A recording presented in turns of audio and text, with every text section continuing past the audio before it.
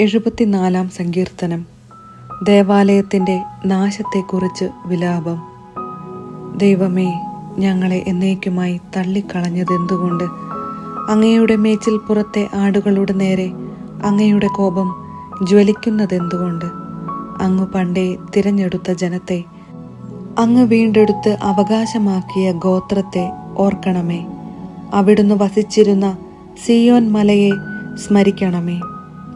അന്തമറ്റ നഷ്ടാവശിഷ്ടങ്ങളിലേക്ക് അങ്ങ് പാദങ്ങൾ തിരിക്കണമേ.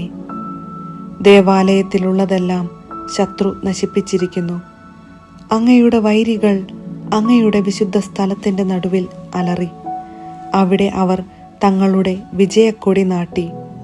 മരം വെട്ടുകാർ മരം മുറിക്കുന്നത് പോലെ അവർ ദേവാലയത്തിൻ്റെ കവാടത്തിലെ കടഞ്ഞെടുത്ത അഴികൾ മഴുകൊണ്ടും കൂടം കൊണ്ടും തകർത്തു. അങ്ങയുടെ ആലയത്തിന് അവർ തീ വച്ചു. അങ്ങയുടെ നാമം വസിക്കുന്ന ശ്രീകോവിൽ അവർ ഇടിച്ചു നിരത്തി അശുദ്ധമാക്കി. അവരെ നമുക്ക് കീഴടക്കാം എന്ന് അവർ തങ്ങളോട് തന്നെ പറഞ്ഞു.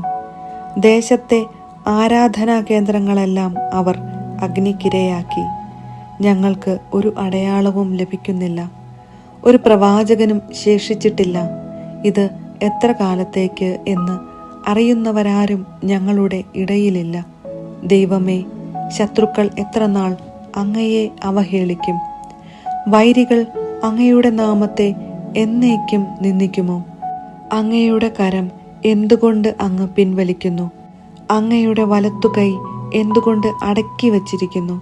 എങ്കിലും ദൈവമേ, ആദിമുതലേ അങ്ങ് എൻ്റെ രാജാവാണ്. ഭൂമിയിലെങ്ങും അവിടുന്ന് രക്ഷ പ്രദാനം ചെയ്യുന്നു. ശക്തിയാൽ അങ്ങ് കടലിനെ വിഭജിച്ചു. സമുദ്രത്തിലെ ഭീകര സത്വങ്ങളുടെ തല പിളർന്നു. ലവിയാഥന്റെ തലകൾ അവിടുന്ന് തകർത്തു. അതിനെ മരുഭൂമിയിലെ ജന്തുക്കൾക്ക് ആഹാരമായി കൊടുത്തു. അങ്ങ് ഉറവകളും നീർച്ചാലുകളും തുറന്നു വിട്ടു. എന്നും ഒഴുകിക്കൊണ്ടിരുന്ന നദികളെ അങ്ങ് വറ്റിച്ചു. പകൽ അങ്ങയുടേതാണ്, രാത്രിയും അങ്ങയുടേത് തന്നെ.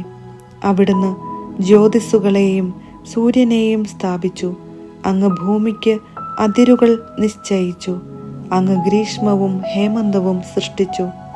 കർത്താവെ, ശത്രു എങ്ങനെ അവിടുത്തെ നാമത്തെ അധിക്ഷേപിക്കുകയും അധർമ്മികൾ എങ്ങനെ അതിനെ നിന്ദിക്കുകയും ചെയ്യുന്നുവെന്ന് ഓർക്കണമേ. അങ്ങയുടെ പ്രാവിൻ്റെ ജീവനെ വന്യമൃഗത്തിന് വിട്ടുകൊടുക്കരുതേ. അങ്ങയുടെ ദരിദ്രരുടെ ജീവനെ എന്നേക്കും മറക്കരുതേ.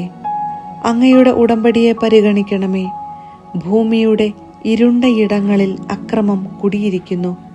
മർദ്ദിതർ ലജ്ജിതരാകാൻ സമ്മതിക്കരുതേ. ദരിദ്രരും അഗതികളും അങ്ങയുടെ നാമം പ്രകീർത്തിക്കട്ടെ. ദൈവമേ, ഉണർന്ന് അങ്ങയുടെ ന്യായം വാദിച്ചുറപ്പിക്കണമേ. ദുഷ്ടർ എങ്ങനെ അങ്ങയെ നിരന്തരം അധിക്ഷേപിക്കുന്നുവെന്ന് ഓർക്കണമേ. അങ്ങയുടെ ശത്രുക്കളുടെ ആരവം, അങ്ങയുടെ വൈരികളുടെ തുടർച്ചയായ അട്ടഹാസം മറക്കരുതേ.